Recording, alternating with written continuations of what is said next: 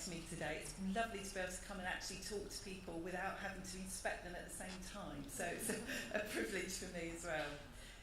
The presentation today is really about what we hold schools to account for. We obviously don't do the work that you do on the ground every day, but we come in and we hopefully evaluate the good practice that we see. So these slides are generic slides that underpin all principles of our inspection framework, but I've picked out some of the aspects which will be particularly relevant to SEN and indeed ADHD. The group which we term special educational needs are a key group, and we look specifically at how schools meet their needs. They are a different group in every school, and every group's needs will differ.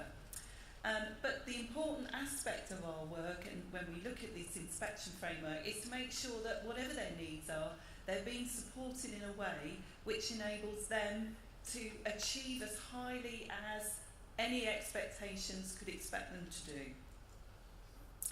We look at individual needs across that school framework, and that might include a range of needs that the school have identified or possibly inherited in the sense of transitions from primary schools into secondary schools, or indeed from early years into primary schools. So we gather a lot of information from schools which hopefully they already have ready to show us. And we make a test about how those needs are being supported. And it's not just about what we see on the day or 2 days, it's about the school giving us evidence to show what they do every day, so that everyday experiences of those young people are important to capture, so that we can come in and really sort of validate what we're being told, what we're being given against what we're seeing in the sense of the classroom and the environment and all the conversations we have with parents, pupils and indeed teachers. I'm just going to pick out a few changes for those of you who are due in inspections soon. I'm sure you probably spent summer looking at your new inspection framework while you were sitting on the beach. But there are some fundamental changes in the way that we're working from September this year. We are looking at reducing the focus in the sense of the time and hopefully the stress on good schools. So if you are already a good provider, then we will not be coming in to apply the whole framework. We will be coming in on the assumption that you are already good and are maintaining that good status, and we will be spending a day with you, and these are all led by HMI, these inspections, and we will be unpicking your own self-evaluation in a way that's very individual to that school's context. So it's very difficult to sort of give a sort of framework, if you like, in the sense of what you can expect in a short inspection, because every single one will be different. If you are a special school and you are a good and or an outstanding provider, you will also have that 1 day inspection. And it will only convert to a second day if there is a reason to think that perhaps the school is not good, it's possibly outstanding, or it might not be good because we think perhaps standards have slipped a little bit. Or the third reason we might convert is that we haven't had time to gather the evidence that we need to be able to make a firm judgment and a decision based on that evidence. The other fundamental change to our inspection practice is about how we recruit and indeed train our inspectors. And I'm sure there are some people possibly in the room who are Ofsted trained inspectors. And you will be the people that probably can give a lot of information about what that experience felt like. But we are very much contracting our own inspectors on a regional team, and that allows us to tailor our training and indeed our work alongside those inspectors far more closely to the needs of the region. For inspectors of specialist provisions, those inspectors going out to special schools, PRUs, and indeed mainstream schools that have a specially resourced unit, we insist that inspectors have undergone some enhanced training. and that covers a whole range of things, and it has to be renewed every year, and every year there's a different focus. But we are increasingly confident that the inspectors that we are tasking to inspect those types of providers have got the means to be able to apply the knowledge and expertise they need to make sound judgments. And perhaps the biggest change is that all the frameworks have come together into one common inspection framework that covers independent schools, maintained schools, academies, free schools, and indeed further education and skills providers. And that's a real fundamental change. The other aspect of that is that we've slimmed down the information, and for those of you who can remember a few years back, you had the handbook and then you had the subsidiary guidance, and we were constantly changing both, and you had to constantly keep checking your email links to make sure that you weren't missing anything. We've made a firm commitment that those slimmed down, or that slimmed down framework, that common inspection framework, is not going to change for a year, and it's far less prescriptive. Now that has good points and bad points, because schools are saying when we go in, I'm not really sure if I'm doing it right because it doesn't say this now in the handbook.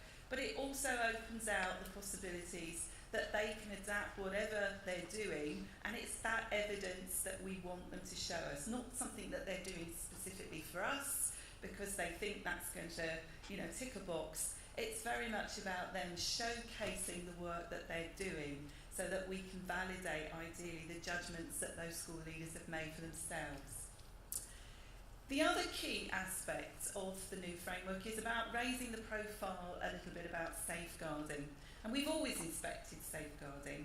I hasten to add, we're not going back to the days where we're out with our binoculars on checking the perimeters of school fields, that we're not going to be, failing a school on the basis that our inspection credentials weren't asked for as soon as we brought it through the door, and all of those horror stories that were common a few years back. But we are going to be asking some key questions about how the statutory advice and guidance is being applied within that context. And that includes things like compliance with the Equalities Act and the disability arrangements that may need to be put in place. And those will be different according to the context of that provider.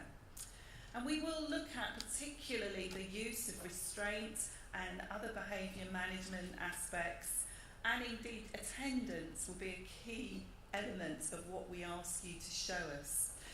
So all of those things will be factored in when we reach a judgment about the quality of leadership and management. But before we make the overall judgment, we look specifically at those things.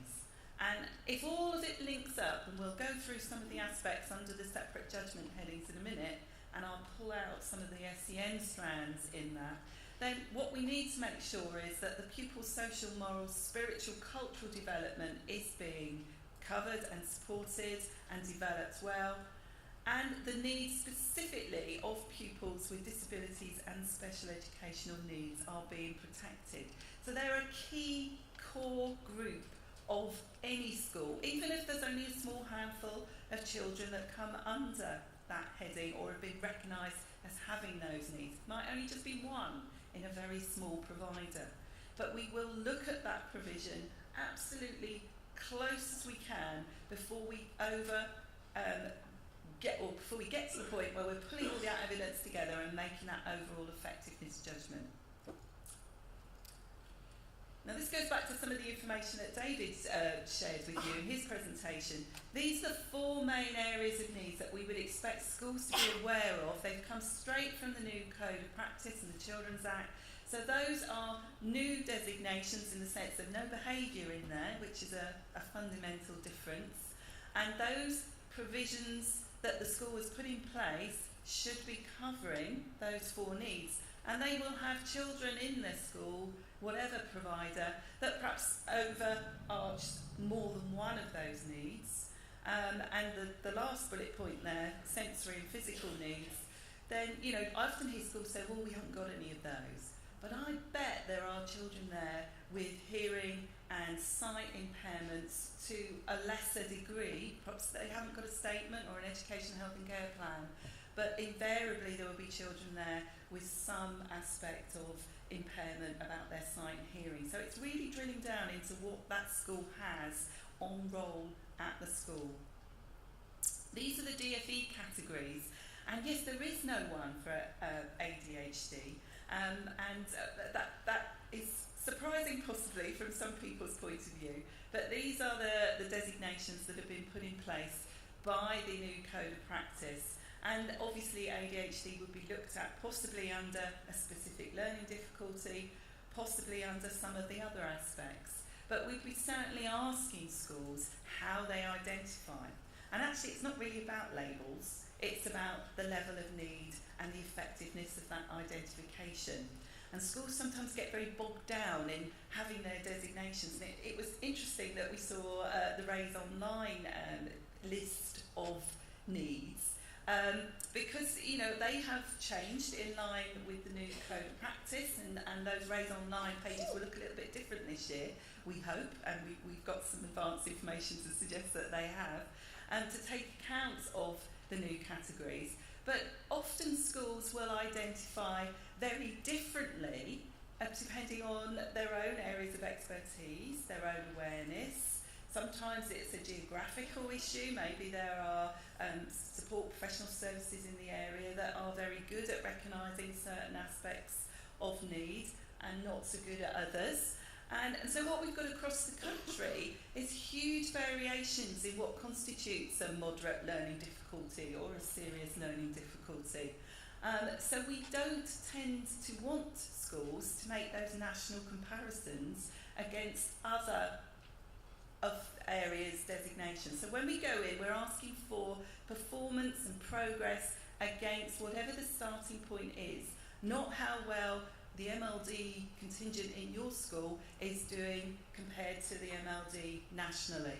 And that's a really important point to stress. And all our inspectors have had that information. So if you are in a position where inspectors are saying, oh, well, they're not achieving as well as MLD the rest of the country, then, you know, stop them right there, because that isn't what should be happening. It's about how you're identifying what you're doing and identifying the needs of the child and agreeing those starting points. So don't be limited by your labels. Identification is a huge issue in the sense of we need lots of evidence to say you've got it right. And it's about you gathering that information prior to us arriving. It's got nothing to do with us really.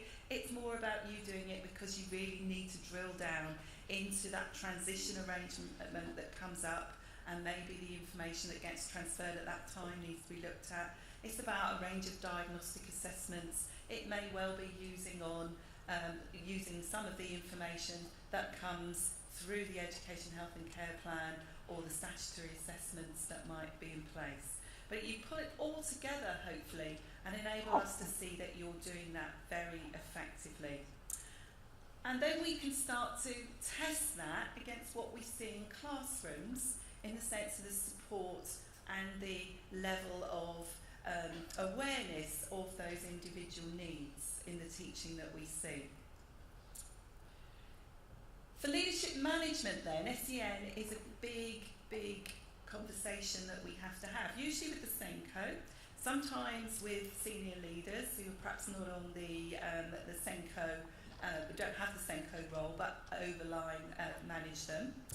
So we'd be asking about the pursuit of excellence, we'd be wanting to know expectations were high enough, we'd be looking at how the school tracked and monitored the information that they were acquiring, and we want to know how they were making sure that that standard, those expectations were put in place across the whole school, not just, you know, teachers who perhaps had a particular leaning towards SEN, but how it became a whole school ethos and every teacher was empowered to support every individual, ideally in a mainstream context, but if it wasn't possible, then obviously looking at the appropriate provision around that child. And if there were any dips in progress, we'd be looking at what happened next and what was actually following on from that. So all of that information alongside the curriculum and the breadth of the cross-curricular links, including, and this is a key point that's different in the new inspection framework, What's going on outside of the school in the sense of alternative provision? And a large number of those red triangles that we saw on that raise online were probably in the old designation School Action Plus rather, and many of those would have behaviour, social, emotional needs, and possibly a few of those are receiving support outside the school at alternative providers. And we look very closely at that under our new inspection framework, because we want to know not just that they've got there, they're attending and they're safe. We want to know that actually what courses they're doing and what support's in place for them if they have additional needs is of really good quality, and the leaders know that that is having an impact on their overall achievement. And it's about making those subtle adjustments and that communication line to whoever's providing the provision that we really try and get to the bottom of, to make sure leaders know what's going on. And those won't surprise you, they're very much about the fundamental ethos of the school. High aspirations, provision based on careful analysis. The quality of teaching, is it good enough? And how did the school know that? And where it wasn't possibly good enough, what changes were put in place to make sure that those children's needs were being met in the way that they should be? Now these are taken from the Common Inspection Framework, these are directly from it, and they are the descriptors. And those of you who perhaps are not so familiar with inspection practice, what we do when we've collected all the information, we sit down as a team, and normally there's one or more inspectors. We look at the evidence and we match it against the descriptors for all of the judgments. And these are the outstanding descriptors for leadership management. They're not the only ones, there are a whole list of them, but they are the ones that relate most keenly, I think, to the evaluation of SEN. So it picks up on some of the things I've already said. Uncompromising in their ambition. This is the terminology that's actually in the framework. The second bullet there is about how governors hold schools to account. And ideally, again, some of you may be governors in the room. How is it that you, or indeed governors generally, hold school leaders to account for making sure that those students who've identified as having special educational needs are being given the very support that the school says that they should have, and other professionals have said that they should have in the sense of a statutory assessment? And where they don't have that information given and shared with them, or where they don't think the support is having the effect it should have, where's that level of challenge coming from? And how are governors drilling down into the expertise that they need to acquire to support that provision? The next judgment is teaching, learning and assessment. Now there's some few myths around this, and we've spent quite a lot of time in Ofsted trying to put out quite a lot of word through Twitter and online blogs and all of the other information flows to destroy these myths that were out there. We don't expect schools to teach in any prescribed way. We don't apply our own preferences or experience when we go in to validate what's going on in the school. It's all about the school knowing that whatever they're doing is obviously safe and appropriate, but is having an impact on the outcomes achieved by the young people. So that being said then, we look specifically at that impact in the classroom and around the use of teaching assistants, which tends to be a really core group, particularly when we are looking at special educational needs. So the inspector tasked to do that may indeed want to talk directly to teaching assistants to find out how their performance management processes have been applied and how they have been supported in the sense of their professional development. Do they have the skills that they need? Are they given the support in very challenging contexts? And I'm thinking particularly about perhaps pupil referral units and specialist provision of social and emotional needs. Are they given appropriate supervision afterwards? Are they given time to reflect on certain actions that have been taken? And it relates to their line management as well. I was in quite an unusual situation the other day where there were a large number of teaching assistants and nobody was really responsible for them, as far as I could see on the charts and the information the school had given me. The SENCO didn't have much to do with them, and the teacher in charge of the resource unit didn't have much to do with them, and we eventually established it was actually the head teacher's PA who was line managing them, because they were considered to be so difficult to get a grip of, and she was the only person who could, pin them down and hold them to account. Possibly not the best example of good leadership and management, and that obviously led to a few other discussions. But you do find that sometimes teaching assistants are not given that clear line of accountability and indeed support that they need to be able to do what is often a really key role for students with particular needs.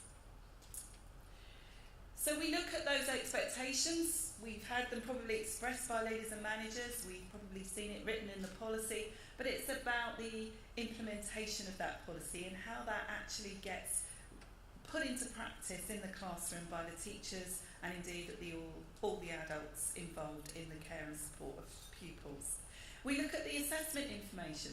Again, we get loads of information when we go into schools. Usually there's great big folders and your heart sinks because you've got about 20 minutes in your schedule to look at it all. But what we often find is that information, and obviously the complexity of it varies, but what we often find is it doesn't actually get translated into teachers' planning because teachers never see it. It's the domain of a senior leader or possibly the SENCO, and it's not something that teachers actually get to use. So we look at how it looks in the classroom. And of course we want to see equality of opportunity. And that may link to, is it always the students who perhaps have ADHD, who perhaps are more difficult to corral into a semblance of order? Are they always the ones that get sent out of the classroom? Do they always have to work with an adult sitting by them? What impact does that have on their own self-esteem? And is there an equalities issue there that we need to ask more questions about? And we look particularly at how schools engage with parents and carers. And that links very closely to the new Common Inspection Framework and indeed to the Code of Practice. And some of you may be aware that there's a consultation that's ongoing at the moment because Ofsted and CQC have been tasked by the Secretary of State to go in and do some very focused inspections from May, looking particularly at the implementation of the Children's Act and the new Code of Practice. We will be visiting schools in the context of that local area inspection. It's not a local authority inspection, I hasten to add, it's very much the local area. And one of the things we'll want to see when we go into schools is how they engage their parents and how they are accessing the support for parents and how that communication line is being linked up to support the individual needs of pupils.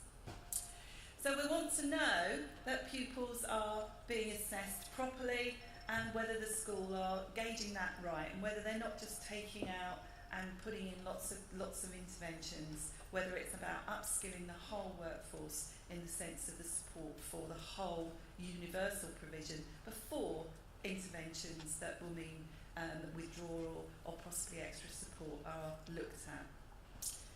That just underpins some of the comments that I've already made, but we will look at learning across the piece. We're not just going in, this is one of those myths again, to look at what we see in front of us on that day. So we are very, very keen to make sure that what we're seeing is representative of what happens and what those children experience every day of their school lives. We look at best practice, of course we do, but it's very much the school telling us what they perceive as best practice. This has come out from some of the retrieval information that we do. As you can probably imagine, we've got loads and loads of reports being generated all the time, and we have a whole department within Ofsted that spends their lives extracting information about key lines of inquiry and investigation. So these are things which won't surprise you, they're fundamentally common sense, but they are some of the aspects that we've looked at when we've gone in to do our survey work. Again, most of that we've picked on. Outstanding descriptors for teaching and learning. It's about the identification. It's about the management and the effectiveness of that management in the sense of teaching and learning and the management of behaviour. We do look at outcomes, of course we do, but we are not necessarily going to be looking at vast amounts of data. We're not actually allowed to use that word now, we've been told. We've got to ask for assessment information. So if our terminology is changed, the reason is because we don't want to get bogged down in lots of facts and figures. We want to know what the school knows, and they will tell us that, and we want to go out and test that in the sense of our experiences in the classroom as a representation of what happens all the time. Again, some of those outcomes we will look at more specifically, particularly if children are working below the normal cognitive levels of that particular age. And we will unpick that, but that will vary across contexts. And how schools choose to present that to us is their business, as long as they can articulate what the information is that's telling them and informing their planning. Okay. I'm just going to whiz through some of these slides because basically they are in the framework, and I'm sure you probably know as well as I do. To summarise then, these are the key points we look at. We emphasise the importance of communication, reading, writing and mathematics, but we want to know that whatever's happening in the sense of the curriculum, it's leading to the destinations that are identified perhaps in educational health and care plans, but are appropriate destinations for the needs of that child. A few more slides here, which are basically, again, in the framework. It's the robustness of that tracking we're looking at, particularly around how vulnerable pupils are supported. And do teachers know that that support is effective? Again, the descriptors. So what can get in the way? It's a range of things, but it's about the school recognising when learning is being impacted on by some of those aspects, which won't surprise you, I'm sure, and what they've done about it, and how they are making sure that the outcome for that pupil or that group of people with those special needs, whatever they are, is going to be worth having in the sense of further life experiences, their desires, their hopes, their dreams. And that sounds a little bit touchy-feely for Ofsted, but that's very much what we want to see and what we recognise when we see outstanding practice. Thank you.